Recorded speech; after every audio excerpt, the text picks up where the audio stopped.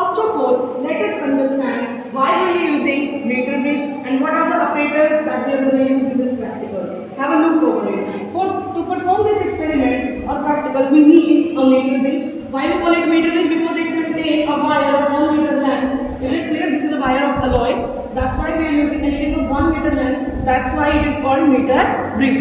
Why it is bridge? Because it depends upon Wheatstone bridge principle. According to Wheatstone bridge principle, what happens? If we know the value of 3 non-resistors, we can find out the fourth one. Similarly, in this apparatus, we have here left gap, right gap, this wire. And this wire, when you perform this experiment, all over the experiment, this is your R1, this is R2, and this length, half length of your, or length have a look over the complete construction. See, we have a battery eliminator here, and one end of positive end of battery eliminator. First of all, you have to fix your voltage at 2 volt clearly, and then you have to connect the positive end of the battery eliminator with the one end of this meter bridge.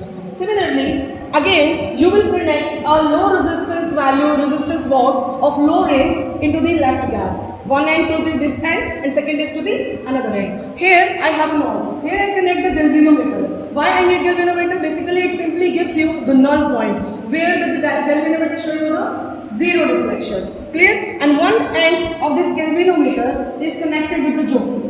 Where with the help of jockey, when I move this jockey all over the wire, I will get a point where I get the zero deflection in this galvanometer, and this length will be known as R3 or R4. Clear?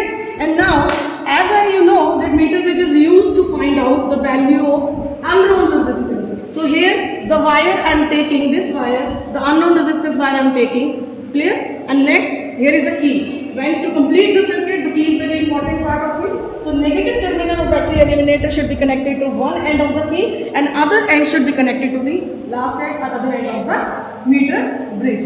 I am taking the alloy wire. Mainly it is of magnet. Clear? It is a constant. Why it is so? Why it is of alloy? Because you know very well the alloy have high resistance. It is high resistance wire, and the temperature coefficient of this wire is very low. So whenever there is a change in temperature in your surrounding, there will be less effect over the experimental condition. Is it clear, bacha? Are you clear with the connection here? Yes, ma'am. Thank you. So now the connections are clear to you, everyone? Yes, ma'am. Thank you.